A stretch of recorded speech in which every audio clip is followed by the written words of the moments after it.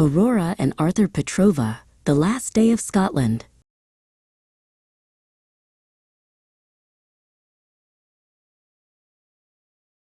In room 261, the morning light is dismal and grey. The Petrovas awaken for their ultimate Scottish day. It is Monday, August 14th in 2017, a date that is marred by the bittersweet end of the scene. Petar maintains his appearance, his short hair is neat, with blue glasses perched as he stands on his feet. Beside him is Maria, whose long hair flows down. In orange-hued garments, she wears no dark frown. The bright, vibrant fabric is a shield to conceal the childhood-burned scars that time could not heal. Now Aurora enters, age 10, looking quite elate. Her pink glasses shine, and her hair is tied straight, in a bun that is tight, like a knot in a rope. Her loquacious chatter is brimming with hope. Young Arthur, aged 9, is a bundle of joy, an energetic, enthusiastic, and spirited boy. His green glasses glimmer. His short hair is wild, a juvenile spark in a wonderful child. They aren't chalk and cheese, for they both love to play on the brink of adventure on this final day. Before they proceed, they must pause for a prayer to thank the Great Spirit for the Highlands' fresh air. Though their Chelmsford tenancy is on borrowed time, they seek out a blessing, rhythmic and sublime. They move to the breakfast, an exemplary spread, where many a hungry traveler is fed. Aurora requests a full English, no less, a mountain of food to ensure her success. Maria observes with a pensive, calm stare, while smoothing the strands of her daughter's long hair. For Arthur, the cornflakes are crunchy and sweet. He finds the cold cereal a marvelous treat. Petar opts for toast with marmalade gold, and scrambled eggs yellow, quite hot and quite bold. Dobro utro, Petar says with a grin, as the meal and the morning's itinerary begin. But Arthur moves fast, with a spoon in his hand, the most vocal boy in the whole of the land. The dining room hums with a cacophonous sound as the Scottish adventures start to abound. They vacate the hotel and head for the car, but the blue Vauxhall Vectra is substandard by far.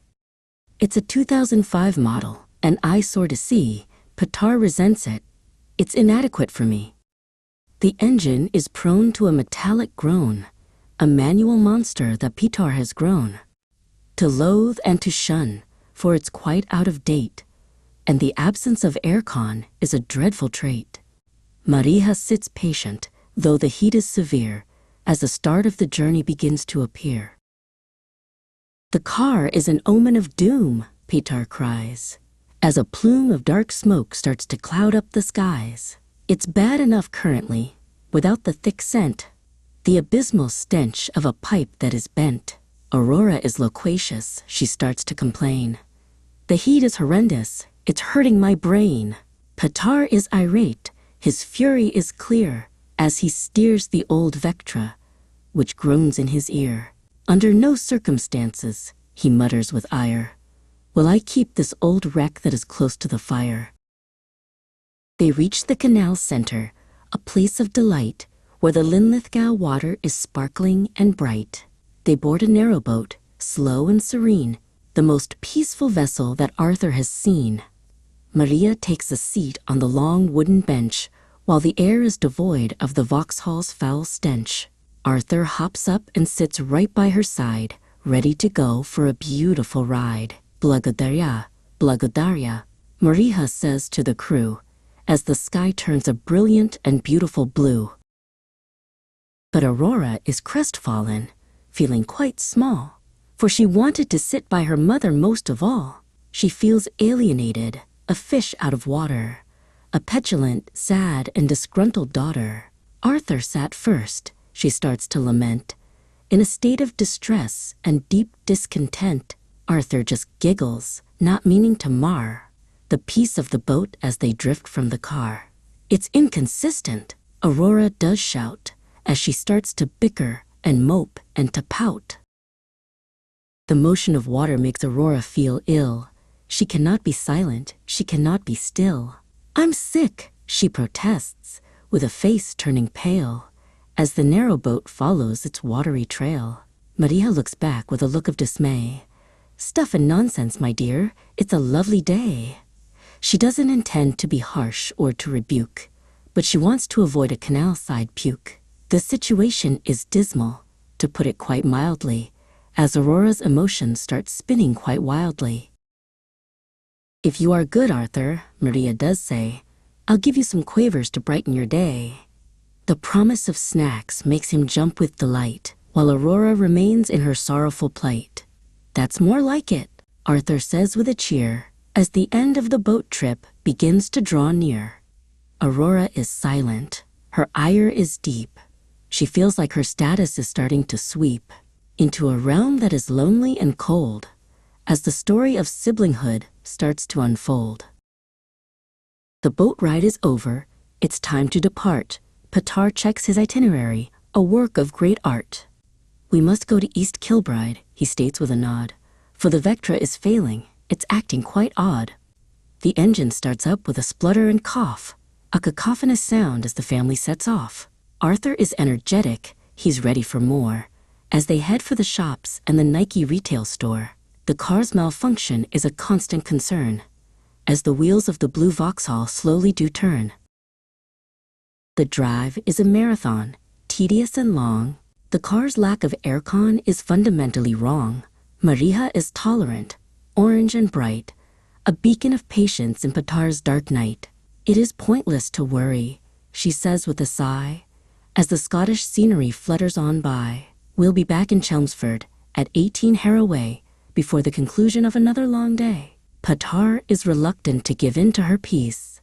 He wants the car's heat and its smoke to just cease. At Nike East Kilbride, the mission is clear. School shoes are the target, for autumn is near. Aurora finds trainers in vibrant, hot pink. "These are superior," she says with a wink. Arthur finds green ones, energetic and bold, better than any plain shoes that are sold. They collaborate briefly to find the right size, before the shopping creates a surprise. The shoes are indispensable, precious and new, a distinguished addition for the Petrova crew. Hunger arrives like a storm on the coast. A KFC bucket is what they want most.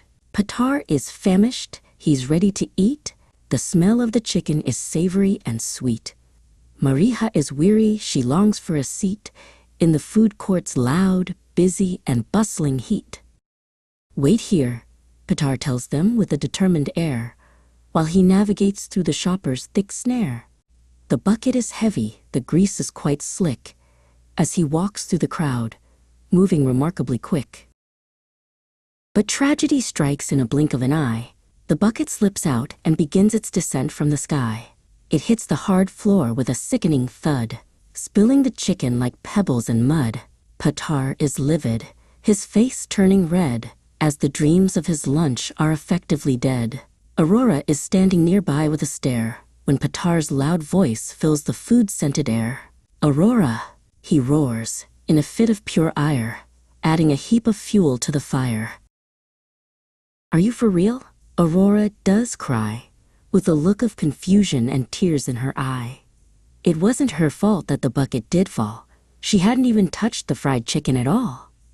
Petar is distraught, his temper is high, under the food court's fluorescent, bright sky. Arthur is watching, quite wary and still, as the tension begins to escalate until the anger is spent and the shouting does wane, leaving a residue of embarrassment and pain.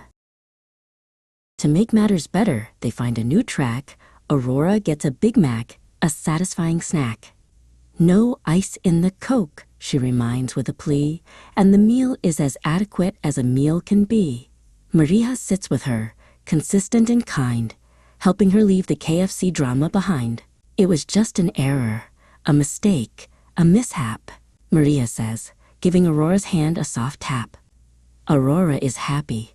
Her bun is still tight, as she takes a big bite with a sense of delight. They drive on to Glasgow, to Glenshee Street, where the James family is waiting. A visit so sweet. The house is at 38, spacious and grand, the finest residence in the whole of the land.